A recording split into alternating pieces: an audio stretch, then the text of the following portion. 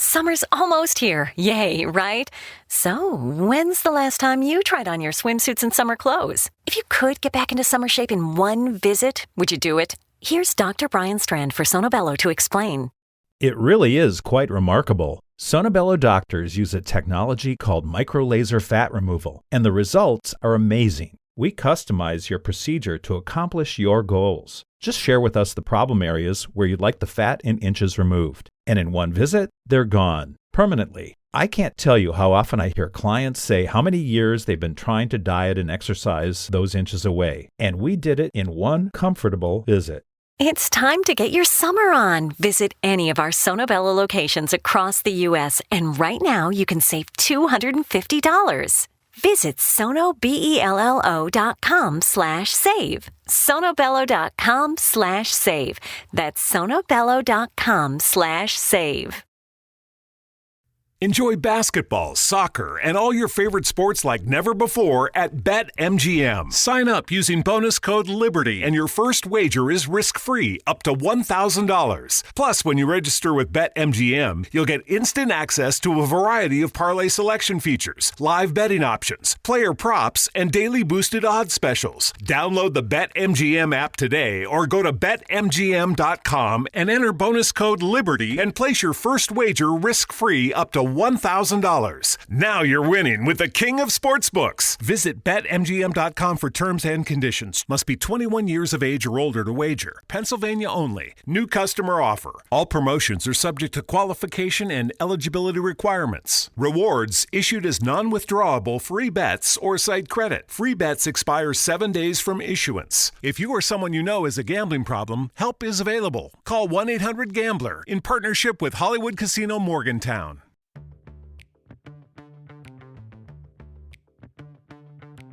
Hey, it's Christine from Storyworthy. Today on the show, comedian Greg Fitzsimmons talks about getting ripped off by an agent. There were so many comics that the agents would rip you off, basically. And there was a guy at the time named Billy Downs. And he would just fuck with you. He'd call you up and he'd be like, hey, big guy, I got a gig for you. It's up in Maine. You got to pick up the headliner. You got to share a hotel room with the other opener. And you get half off dinner, $150. You want it? And then you'd be like, oh God. And you'd be like, all right, I'll do it. And you go, it's canceled. Today on the show, comedian Greg Fitzsimmons talks about getting ripped off by an agent. Stay close. Hey, why am I yelling at you people? It's me. It's Greg Fitzsimmons. And you're listening, if you didn't know, you're listening to Storyworthy. I don't know why you wouldn't know that. You clicked on it.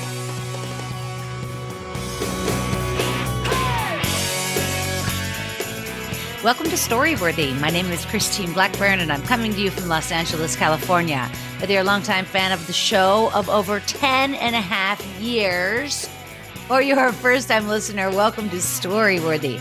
Now, I hope you guys enjoyed the show last week with comedian Ant. Now, do you know Ant, Greg? I'm familiar with him, yeah. Yeah. He was on the show last week, and, I've been trying to catch up with him for years because he's one of these comedians. He's been in the game for a long, long time, and he's had a lot of success. Sure. And it was such a good conversation, and it was about his sobriety. And it's intense, man. I got to tell you, he was emancipated from his parents at the age of 16 and already doing coke, obviously marijuana and drinking.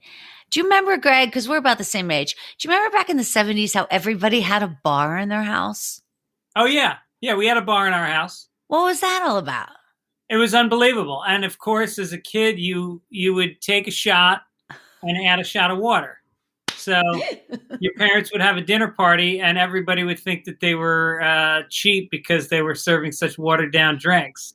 And that's exactly what we talked about. He talked about his parents having guests over and he'd watch them order a vodka tonic and they'd take a sip and they'd be like, what is this? That is right. So funny. But for some reason, everybody had a full bar with vermouth and schnapps and Glenfiddich and the Crown one. And anyway, Ant was a really great guest, and he's doing so well now, and he's super fit and just a great guy. So I was super happy to speak with him last week. So go back, listen to that, you guys, but not today, because today I'm here with another person I've been really dying to meet, truly, comedian Greg Fitzsimmons, and he brings forth the topic, getting ripped off by an agent. Getting ripped off by an agent. One time when I'm still kind of green, even though I've been doing this 24 years. But one time I had this manager, and he said he would do one thing and he didn't. Yeah. And I was so upset. Like, I took it so personally. And I remember going to his office and like taking a whole box of these VHS tapes that I had made with his name on the label and the phone number he told me. And now it was different, and it was different on the tape. And I spent all this money, and I just put the whole box down there, and I said, "You're fired." I had like the receipt on it. It was like $180 of VHS tapes. You know, you had to go to Hollywood and make it up. It was so complicated. It was probably a lot of money for you back then too, right? It still is. Yeah. I mean, right. you know, to an extent, I don't want to get ripped off. I'm from Pittsburgh, Right. you know, I'm not. Yeah. Anyway, so I'm anxious to hear your story. This is going to be great. But I have to tell you, I listen to so many things that you're on, because you really are and have been on so much content that I personally take in, like Howard Stern, obviously, and Adam Carolla.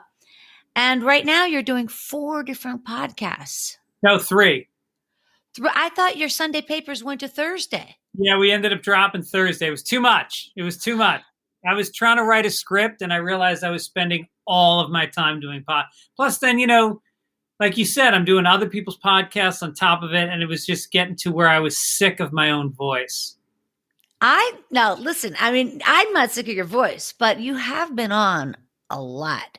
Do you call that overexposure? It does. Not according to my Bank account. I'm not hitting as many bonuses as I should be for the amount of times I've been on. I just did my 21st time on Rogan's show. Some people do Rogan once and it like catapults them, and I just keep going back. But that is so great. Wait, do you fly down to Texas now? No. I did it here. He flies in. Sometimes he's in LA once in a while. Oh, that's smart on his part, because I did hear he's living in Austin now. Yeah. Right. But I heard he was flying people down to record too. Yeah. I think so. Well, boy, oh boy, those numbers don't lie. He can do anything he wants. Yeah, I know. So anyway, you do a lot of content, but I love it. And it's all very different. You know, Childish with Allison Rosen. That's, you know, basically she's a parent of babies. You're a parent of teens. So that's right. Parenting kind of a thing. That's very specific. And that's funny, by the way. I have been asked a couple times why I don't do a parenting podcast, because I have a little girl. Well, she's 14. Little girl. It gets stuck in your head. They get stuck at a certain age. You forget. I think the hardest thing in parenting is adjusting who you're talking to, because you can start to fixate and treat them like they're younger than they really are, and they really resent that. Yeah, that's so interesting. Well, I was asked a few times, you know, why I'm not doing a parenting podcast. And I remember saying very specifically, because I'm only doing this one time. And all I care about is the age of my kid. So if my child is 3 and you want to talk about 3-year-olds, I'll do that. But I'm over babies or whatever. Like now my girl's 14. I don't want to talk about babies. I don't want to talk about that. Right. So it's kind of funny. You know, I'm not a generous enough person, I think, to do a full over parenting podcast. Right. I think it's what you said, though, because Allison covers the young ones and I cover the old ones. We're able to split duties. Yeah, I think that's smart. I like that very much. And then you've been doing you've been doing Sunday papers with Mike Gibbons. Mike Gibbons makes me laugh because you've known him since college, 35 years.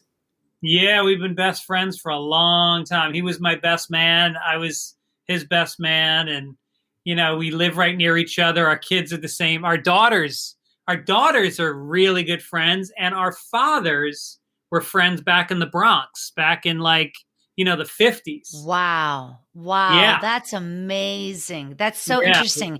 I did listen to a show with you guys, and you were talking about how your dad would go up to Rayo's, that Italian restaurant. He died at Rayo's. Right. That's right. Oh my gosh. And he was only like 52 or something. Yeah. Yeah.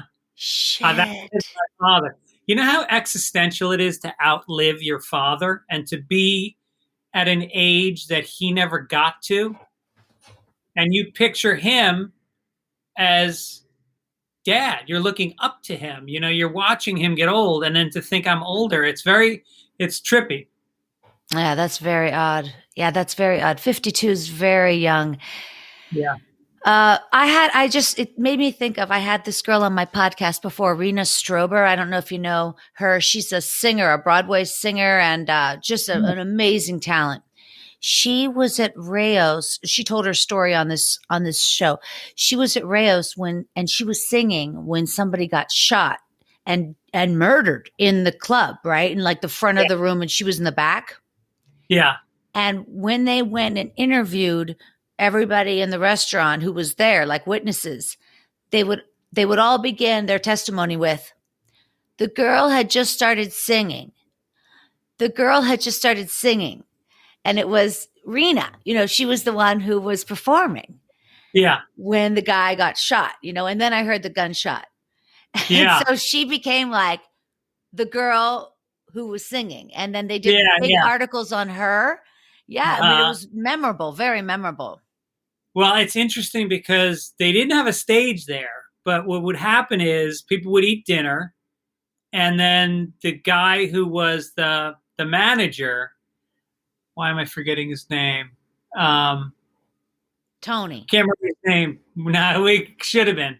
But he would stand up and he would sing an old Sinatra song or a Vic Damone song, and then other people would stand up and sing. So it wasn't like a showroom. It was just very spontaneous. It was like being at what you'd picture the greatest Italian family dinner.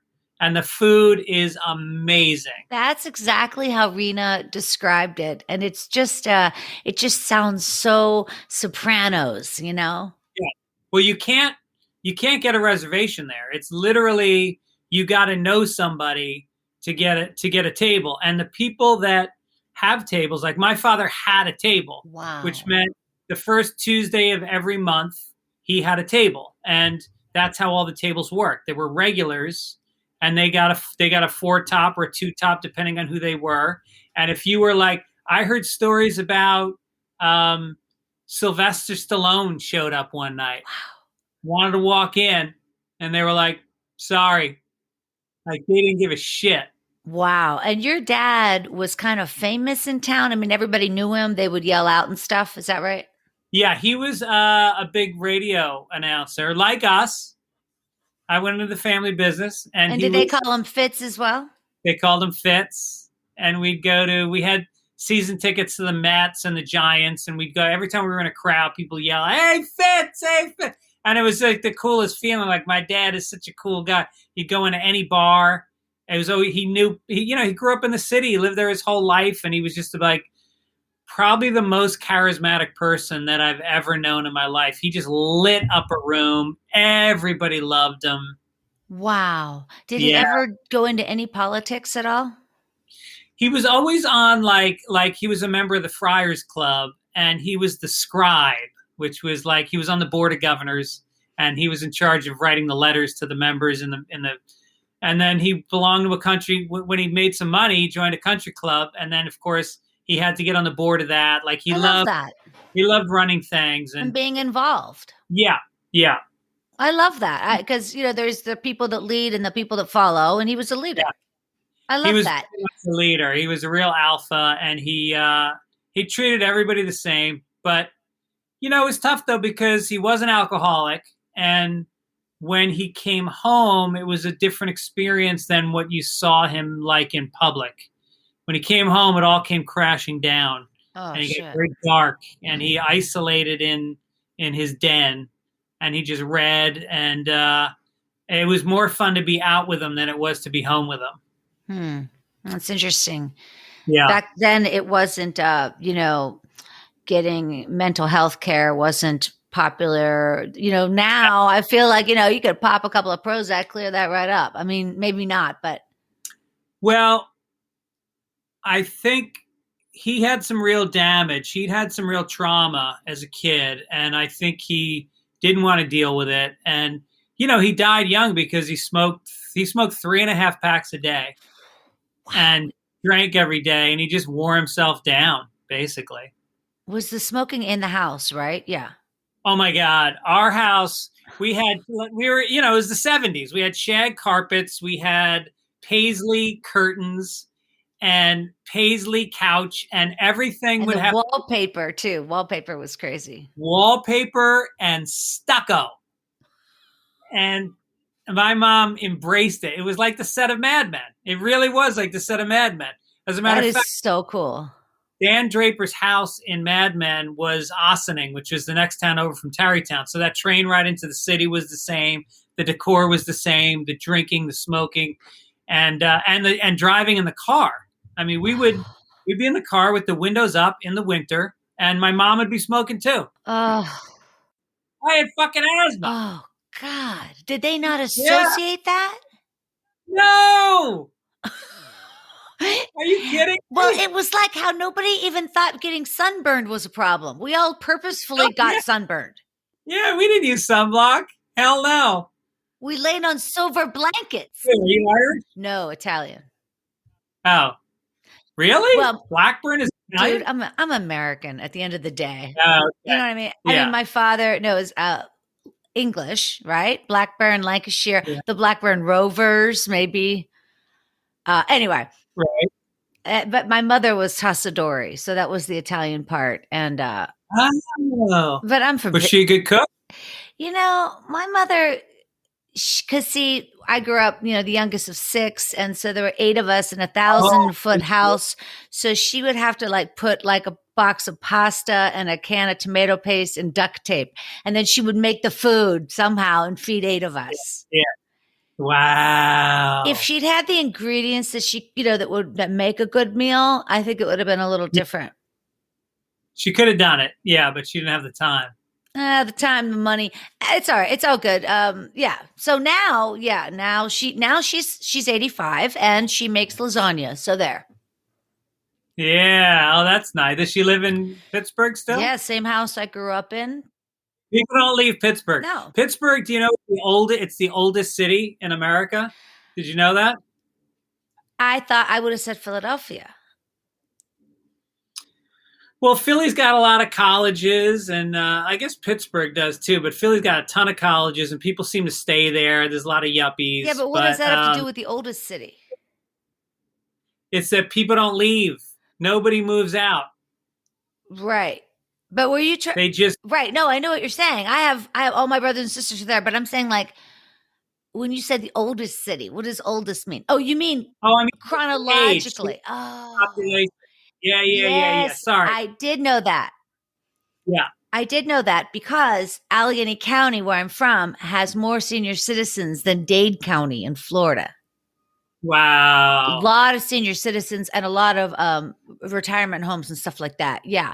It's like the rest of the Northeast, they all move down to Florida when they retire, but Pittsburgh, for some reason, they just it's not leaving. It's very comfortable and it's very inexpensive. And, usually your sister lives across the street or your aunt lives down the way or you share the backyard with your brother. And then there's a bar in every hamlet. Yeah. So I could see how comfortable it can be, especially now with shopping malls in terms of everything being the same. Do you know what I mean? Back in the 70s, we didn't have all the choices, but now everybody has the same choices. Right. If that makes sense. Right. Anyway, listen, I'm super excited to hear your story. But before we get to Greg's story, you guys, I did want to remind you that we are playing Story Smash live and streaming every Friday night on Facebook. And I got to tell you, you've got to play, Greg. It's so funny. Story Smash, the storytelling game show. We did it for 3 years at the Improv, sold out once a month, sold out every month, once a month for about 3 years. And then the pandemic, but we're back and blanket patches on every week. Danny Oh, Zucker's on most weeks. This week, Wayne Fetterman's on, and it's going to be a blast. You guys, it's such a fun show. Please, you've got to tune in to Story Smash, the storytelling game show. It's public on Facebook and YouTube, so you don't even have to have accounts, and there's no tickets involved. Check it out. Go to storysmashshow.com, and you'll see more information. And oh man, it's so fun. You know what I was doing this morning? I was booking like the next 3 months. And so like I'll put it out to all my contacts, comics, people that I know that want to play. Not the judges, that's a different thing, but we have 4 contestants each game. And I shouldn't have done this right before we recorded, but I did. Anyway, and I hit, go, and I put out the dates, and then I start getting in dozens and dozens of people that will play. And then I just put them in the graph and fill up the spots. And it's just such a fun. that's awesome. That sounds like fun. Yeah, have me on. I'll do it. This is like the second time I've ever been booked on Twitter, by the way. Oh, I've never seen that yet. Didn't you book me on Twitter? No,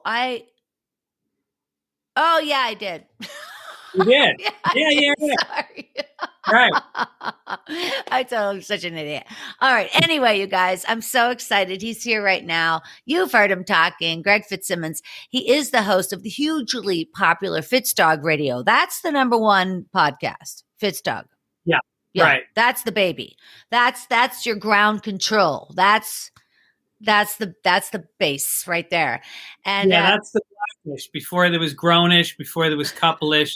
That's my blackish. That's your blackish. That's right. By the way, my daughter and I love all those shows. They're so good. They really are. They're so well written. They're just really tight, funny shows. So good. And the female lead, her name is, it's escaping me. Her sister's Alicia Keys.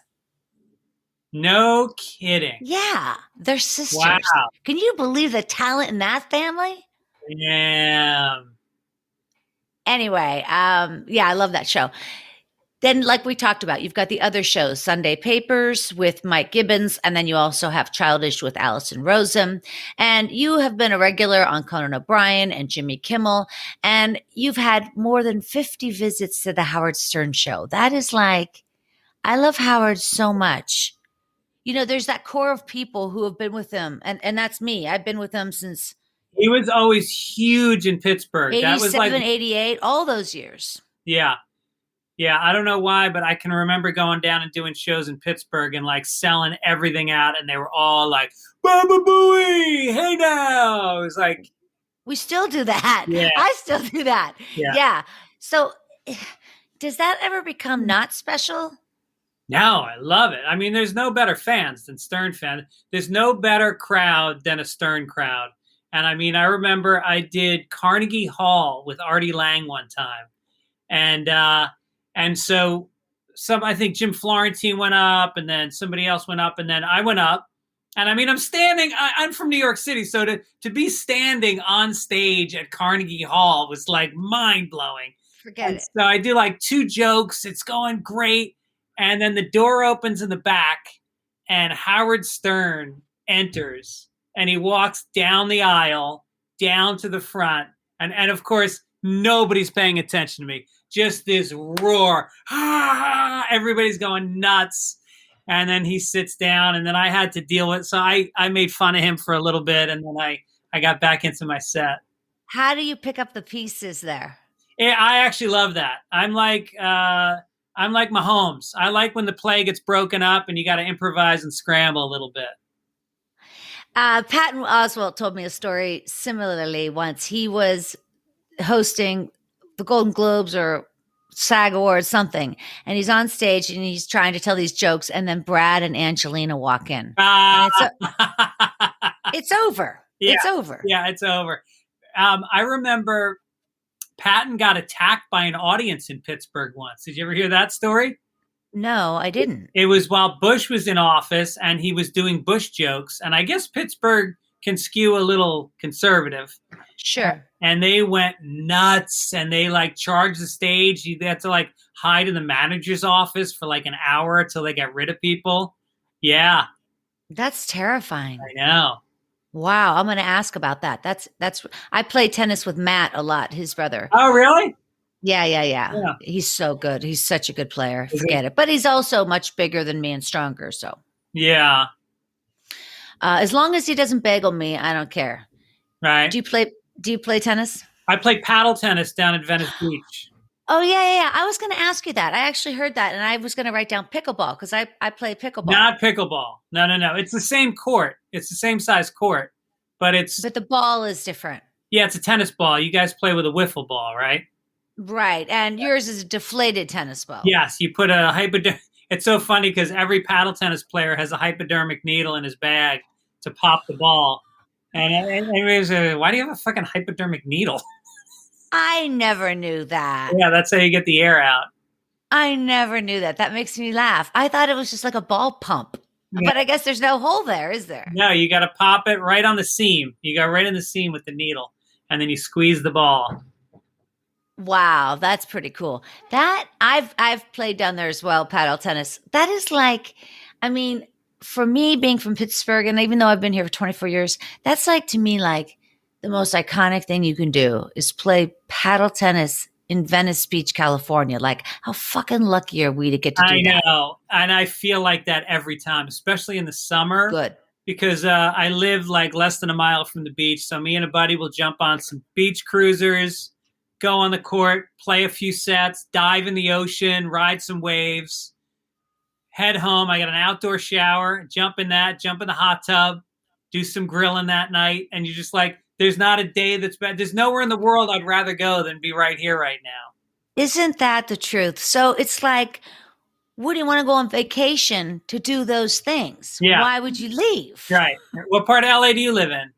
I live in Los Feliz, and I purposefully chose this neighborhood 24 years ago for the park and the tennis courts. Yeah. Oh, good. Yeah, it is good. I like being here.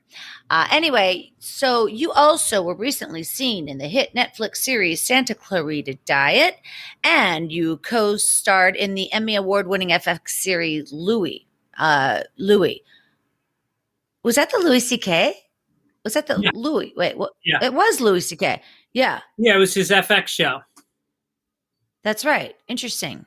And oh, wow. He had another show on HBO called Lucky Louie that I was a writer on. Mm-hmm. And how were those years? Okay. Great.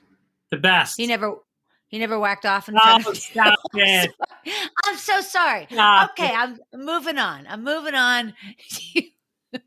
You guys can find Greg over at his website, gregfitzsimmons.com, and also follow him on Twitter at Greg Fitz Show. All right, you guys. Oh, gosh, I skipped so many credits. There are too many. You've also been a writer for Bill Maher and on the show Crashing, which, by the way, I loved Crashing. I liked that show very much. It got a little weird when Pete was like banging strippers and models. That was not believable. No, well, that was his life, though. His real life story was he grew up Christian. He got married to somebody from his theology college.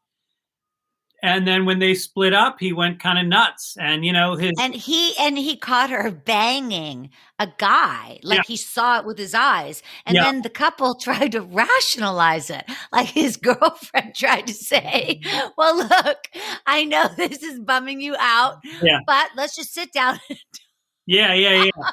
That was so funny. And then they become friends in the series. Those become like his best friends, his ex-wife and the guy that she's banging.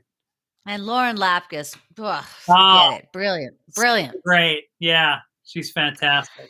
So did you write on that? Was it 3 seasons? Yeah, 3 seasons. I wrote on 2 out of the 3 seasons. I really liked that. I really did. I thought that was a great show. Anyway, you guys, wherever you are, put your hands together for Greg Fitzsimmons. Hey now. All right, so let me tell you a story. Isn't that why we're here? Tell you a story. A lot of my best stories come from when I started out as a comedian in Boston back in starting in about 89. So back then the place was just packed with great comics. It was like we played softball games on Monday, Wednesday, and Friday. And it was like David Cross, Mark Maron, Bill Burr, Joe Rogan, Laura Keitlinger. Patrice O'Neill, Bobby Kelly. It was just crazy. Anthony Clark. And so there were so many comics that the agents would rip you off, basically. And there was a guy at the time named Billy Downs, and he always owed everybody money. You'd work for him, but then he wouldn't pay you, and then he'd try to pay you like pennies on the dollar later. So instead of Bill Downs, they called him No Money Downs. And so it was always like, and he would just fuck with you. He'd call you up and he'd be like, hey, big guy, I got a gig for you. It's up in Maine. It's 5 hours. You got to pick up the headliner. You got to share a hotel room with the other opener, and you get half off dinner, $150. You want it? And then you'd be like, oh God. And you'd be like, all right, I'll do it. And he'd go, it's canceled. What? He was in the same conversation. Just to see how much he could talk you down, just for sport. Oh. So he really does get me this gig one time. And at this point, the guy owes me like $1,000, which is a lot of work for me at that point. I literally just started out, and I'm trying to live off my stand-up comedy money. So he sends me up to this gig in Maine. It's 5 hours. I pick up the headliner, the other opening act, and we get up there, and Billy shows up. He's the guy's got so much fucking money because he's taking the entire budget on most of these shows. And he's got a Mercedes. He's got Chinese kids that he adopted, all the trappings of wealth in Boston. And so you would go, it was so bad that people would show up to his bank on Monday mornings because his checks would all bounce. So like you would try to get to his bank at 9:01 in the morning, and there'd already be a line of comedians waiting to cash the check, hoping that it wouldn't bounce. Just guys with greasy hair, hungover, and you'd get to the cashier, and she'd look at you, and you'd have on like a Stitches Comedy Club hat, and she'd be like, Bill Downs check? And you'd be like, yeah. And she's like, good luck. I'll give it a shot. And so anyway, I go up to this gig, and it's at a place called the Laughing Lobster up in like Bangor, Maine. And we go in, and there's a giant lobster on top of a restaurant. And there's a condo, and the headliner, I'm not the headliner, this guy Kevin Knox is. And so he's got this 2-bedroom condo, and me and the opener are in this like little windowless studio. And so we would go to the restaurant, and they'd give us a meal. We got half off. The openers got half off, and we had to order from the left side of the menu. And then Kevin could order whatever he wanted. And he would just bust our balls. He'd be like, hey, you guys want to get the lobster? Oh, sorry, you can't. Did you guys see that thing on HBO? Oh, you don't have cable. And so we go down, and there was a pool, and it was, because it was so far north, it was a lot of like French Canadians, and they would come down, and like women in thongs, and they were beautiful, and we're like, all right, we're going down to the pool, guys. Let's get, and I go, oh shit, I didn't pack a bathing suit. And so Kevin goes, well, just you got some boxer shorts? He goes, just put on your boxer shorts. So I was like, I don't know. And so I go, you guys just go down. So they go down to the pool, and I can see the pool from my window, and it's filled with hot chicks. And I'm like, all right, you know what? Fuck it. I'm putting on the boxer shorts. So I put them on, and I remember they had chili peppers on them. And I walked down to the pool in my boxer shorts, and I open up the gate, and they're sitting on the far side of the pool. And I take 2 steps in, and I'm standing on the deck. And then Kevin stands up, and he goes, Greg, what are you doing wearing your underwear? And the whole pool starts laughing at me. So I walk back to my room in my chili pepper underwear. And so we go to the show that night, and it's in the back room of the Laughing Lobster. There's no stage. It's just you standing with a microphone in a room full of people that are eating lobsters, which is an involved meal. Usually you play to people that have like chicken fingers, finger food, where they can actually pay attention. Lobster is that's your priority when you get it, not listening to the comedian. and there's no light on this. There's no spotlight. There's a Bruins game. There's a Red Sox game playing above our heads on the TV set, and they don't turn it off because Boston. There's such sports fans like Pittsburgh, and so I go before I go on stage. Billy's sitting there, and I go, shit, Billy, I forgot my watch. I don't want to go long. Let me borrow your watch. So he gives me this gold watch, and I go up on stage, and I do my set, and then I get off stage and I duck out the side door, and I just kind of disappear, and I wait for the show to end. The other guys come out. We jump in the car, drive back to Boston. I get a call the next day from Billy Downs. He goes, "Hey, big guy, you accidentally left my watch last night." And I go, "No, Billy, you accidentally didn't pay me the $1,000 that you owe me." And so he goes, "Oh shit." I go, "Well, I appraised the watch for $2,000, so we can just call it a wash and I'll work the rest off." And so we made a deal that he was going to meet me at a Dunkin' Donuts in Kenmore Square. And I said, "I want cash. I don't want a fucking check. I want cash." And so he shows up, and he's got like a brown bag stuffed with cash.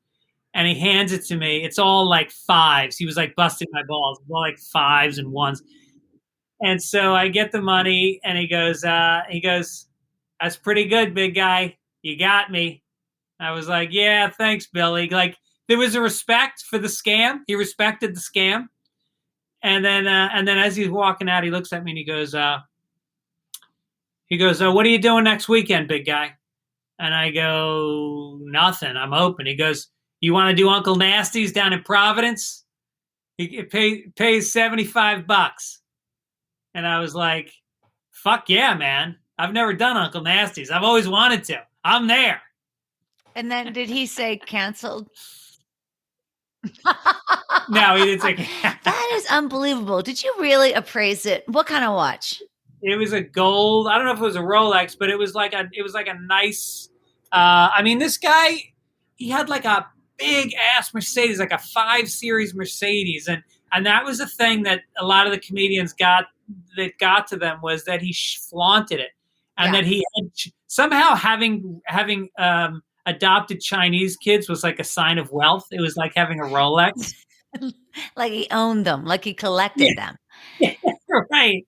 But his house is probably shit, So many people put money. I mean, not so many, but people do. There are people. Yeah. There are people, though, that put it all into the car so it looks a certain way, and they're making a presentation, whatever, and then their house is nothing. But he should have been hiding that money, because the comedians, that's the only way we knew how much he was taking out of these budgets. Wow. I mean, these shows, they would have 200 people show up and pay $20 each. So that's, what is that, $4,000? $4,000, yeah. And then he would pay the headliner $150. The feature would get $75, and the opener would get $50.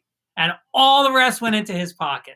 There was no advertising, because like this was during the comedy boom. There's nothing else to do. Oh yeah, that too. Yeah. All you had to do was put a sign up that said comedy on a Chinese restaurant on a Tuesday night, and it would fill up with 200 people. That's unbelievable. And then you also think about the bar. I mean, how much money they're making at a bar. Well, that was the deal, was that they would book the club. The bar would keep the money from the booze, and they would just keep the ticket sales. Oh. But all cash. Wow. They claimed about 10% of that shit on their taxes. Yeah, I believe that. Yeah. When you think about those days, because I know you've performed everywhere, is there anything that you really, I mean, now during COVID, we miss everything, but are there any of those, like, those just crazy gigs that you think like, yeah, that was fun? I mean the odd ones. Like one time Kevin Nealon told me about performing in Point Barrow, Alaska. I think Bob Saget told him to go there. By the way, I heard you on Bob Saget, and it was like a love fest at the end there. Oh yeah, yeah. He said he loved you so many times. He's such a sweet guy. Yeah, he's just like he's a mensch, He's just something. I love Jews. I married one. Yeah, and there's something about them that's very like effusive and loyal, and I don't know. They just say their feelings more than, like, I'm Irish Catholic. You barely hug, you know? I can't believe you just said that. That is so true because my boyfriend is Jewish and his mother is a therapist and his father is a therapist. They're both elderly, but still. And he totally gets that. And I grew up Italian Catholic and nobody talked about anything. I find him so refreshing because he'll just put it out on the table and it's like, oh, so you're an adult, you know? Yeah. Like it's so great. Yeah, and his wife is very lucky. I know that he cherishes her. He treats her like a real partner, and you know he's a lot of his friends he's had forever. I mean, that to me is at the end of your life. I mean, you want to look back and say I had friends that I had for a long time because you can't replace that. Yeah. You know you can always make new friends, but there's something about like me and Mike Gibbons. There's something about having that shorthand about that life that you've lived together. And I've been married now for 21 years. And that's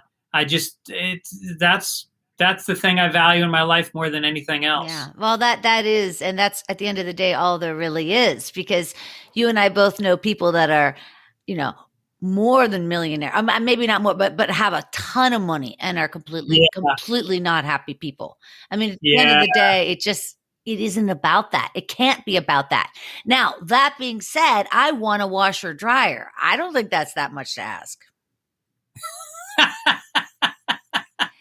A washer dryer should be like universal health coverage. They should give you an insurance card and a washer dryer every citizen. And a lot of quarters. You know you don't need those in your house, right? Well, I don't, but I'm in an apartment, and downstairs in the laundry room, you better believe I need quarters. And so I'm saying when you get the one in your house, you're not going to need quarters anymore. Believe me, it's on the vision board, Greg Fitzsimmons. Yeah. Hey, let me ask you, your experience with SiriusXM. I mean, that must have been, and it was called the Greg Fitzsimmons Show. Right. Yeah. And was that a highlight of your life? I mean, it had to have been, yes? Not really. It was like, you know, what's nice is they sort of just give you the keys and they say lock up when you're done. They don't give you any notes. But the listenership is not huge. You think it's going to be, but I was on Howard Stern's channel and people are there to listen to Howard Stern. And so I got it helped me launch my pod. There was enough people that when I started my podcast, I automatically had like a nice size audience, just serious people, but it never built. I just sort of felt like I did it for 10 years. Yeah. That's what I mean. That's a good amount of time. It was because it was my Monday night. Like as a comic, I'd go on the road on Thursday, come back on a Sunday. And then every Monday night I would have stuff to talk. I'd talk about what happened that weekend. And where did you record? At their studio. Well, they had studios in Hollywood, but then I have a guest house that I turned into a studio behind my house, and then people would come there. Nice. And so they had they installed special wiring so that it would go through to them. Now they have a brand new facility, Sirius. Then I started doing it there because I just found that it was easier on the guests to not have to drive out to Venice. Yeah. So I started in the Hollywood studio. Yeah. And then also you don't have to worry about people parking, and there's probably like waters and stuff. That's always those waters. You know, there's stuff around, you know what I mean? Like there's like, you know, amenities when you're in a facility. Do you know what I mean? I was able to buy bottled waters in my house. I hear you, but I'm just saying, by the way, do you think that there's always going to be a virtual aspect now? I mean, to this whole game? I mean, I think it would be crazy to think people are going to get in their cars again and drive to do a podcast. I mean, I feel like there's more connection, but not necessarily. I feel pretty connected when I'm talking to people on Skype. I do too. It's been a learned thing though, because before I started doing this, like that was one of my things, is that I never had anybody on the show that I wasn't in person with. You know what I mean? I always made sure I was in person. But now that it's this way, of course, it's opened up a lot more people. That's for sure. Yeah. Right. Yeah. Definitely. I find it's easier to book people that, especially if they live way up in the valley or whatever, than and they'll jump on, and especially if it's people that already have podcasts because they've got the whole setup. Or people in New York or anywhere else for that matter. Yeah. Yeah, that's true. How was Artie Lang when you were doing that gig with him at Carnegie Hall? At that point, he was fat. He was fat and sweaty. He was struggling. He was, I remember he got off stage and his whole front of his shirt was soaking. And it was like, Artie and I used to go, every time I ever did the Howard Stern show, we would go downstairs to the Brooklyn Diner and we would have breakfast. And this was because I knew Artie before I ever did Stern and before he ever did Stern. Wow. We were good friends from the comedy club. As a matter of fact, when Jackie the Joke Man left the show, it became like they called it Jackie's chair, and who's going to take Jackie's chair? Yeah, of course. So they started rotating in comedians, and Doug came in a lot, Jeff Ross came in a lot. I remember. Nick DiPaolo came in a lot, and then it started winnowing down where they would start bringing me in for the whole week, and then they'd bring Artie in for the whole week, and it was me against Artie, who was going to get it. And Artie's coming in, and he's telling stories about Hooker stealing coke off his dresser. Wow. And how he just lost 10 grand on the Giants game. And I'm coming in like, yeah, my wife didn't have sex with me last night. He's like, I'm not. Yeah. You can't compete. And I was, as a listener, I was so glad he got it because he was always entertaining. One of the greatest storytellers of all time. Yeah, because it never stops because there were so many highs and so many lows. Yeah. And now I don't think he and Howard, they have no relationship, right? No. That sucks, man. I mean, I guess it does and it doesn't. I mean, I'm sure Howard doesn't care, but when you are a fan of the show and you see the whole entirety of it, it kind of bums you out. Yeah. Even Jackie the Joke Man, it's sort of like, believe me, I don't miss that fucking song, that jingle that always played. Yeah. Oh, I hated that jingle, and I never thought he was funny anyway. Yeah. But I'm just saying there's something about the people that are involved that, you do kind of get attached to.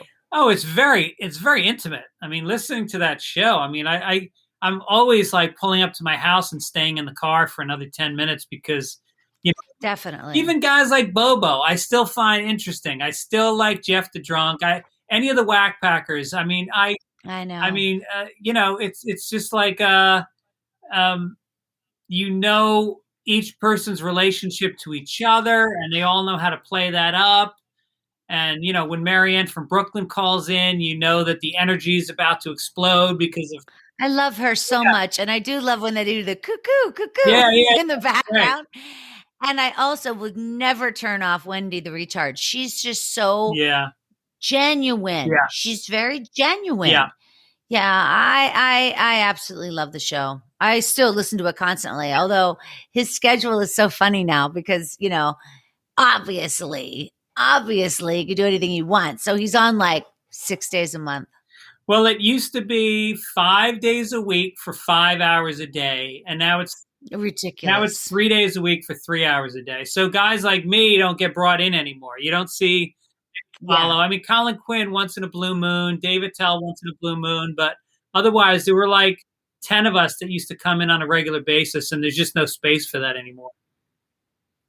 But I think it's even more than that in terms of the way he's evolved, because now he's almost like, to get a one-on-one interview with him is a big deal. And he only does the biggest, biggest names.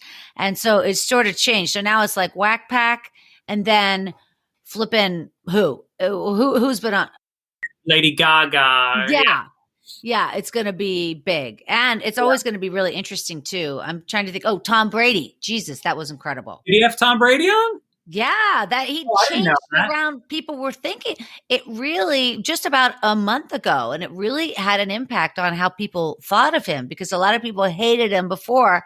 And now the Stern crowd has kind of turned toward him. Oh, no, he's the cleanser. Ellen DeGeneres comes in, and all of a sudden people love DeGeneres, and Rosie O'Donnell. All of a sudden they love Rosie O'Donnell. Like, the smartest thing somebody can do with a bad reputation is to go on Stern show.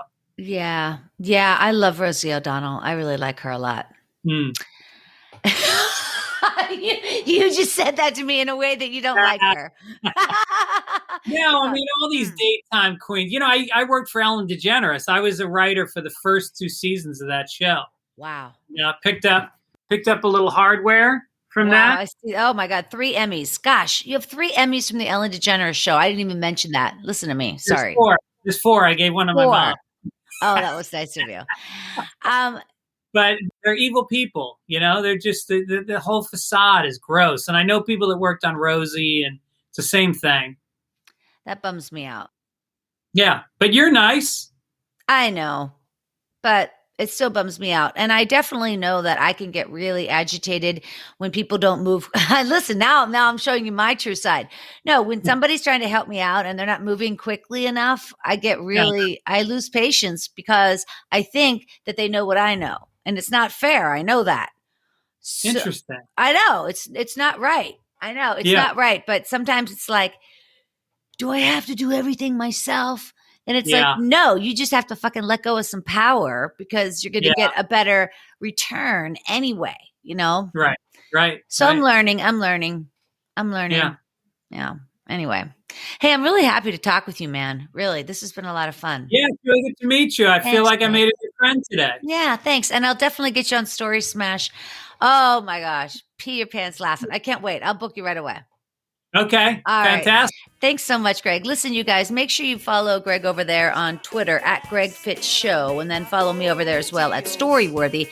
Tell Greg you liked his story, and then he'll say, "Oh, thank you so much," and it'll be a nice connection for you. All right, you guys, one more time on behalf of the very talented Greg Fitzsimmons. Thanks so much for tuning in, Greg. Thanks. It's my pleasure. My name is Christine Blackburn, saying, make it a story-worthy week.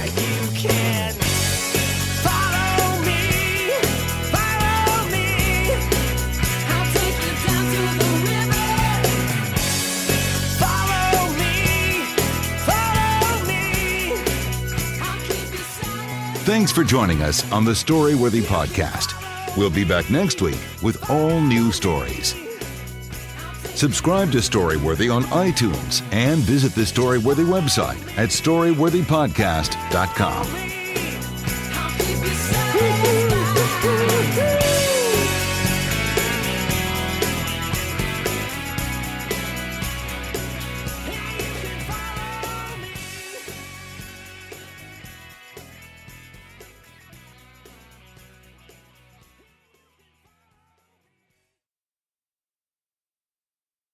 Membership fees apply after free trial. Cancel anytime. Hi, it's Carl Deichler, CEO of Beachbody, and I'm giving away 10,000 free memberships a week to try our amazing Beachbody fitness and nutrition programs. Pick any program and just follow it step by step, like our 21-Day Fix program or the Ab Shredding Muscle Burns Fat program. Plus, there's free support in personalized fitness groups with our community of over 2 million members. Now is the time, so don't wait. Go to beachbody.com to claim your free membership and start feeling great. You could save big when you bundle your home and auto with Progressive, but when we just come out and say it, it feels like it falls a bit flat. So we're going to use humor.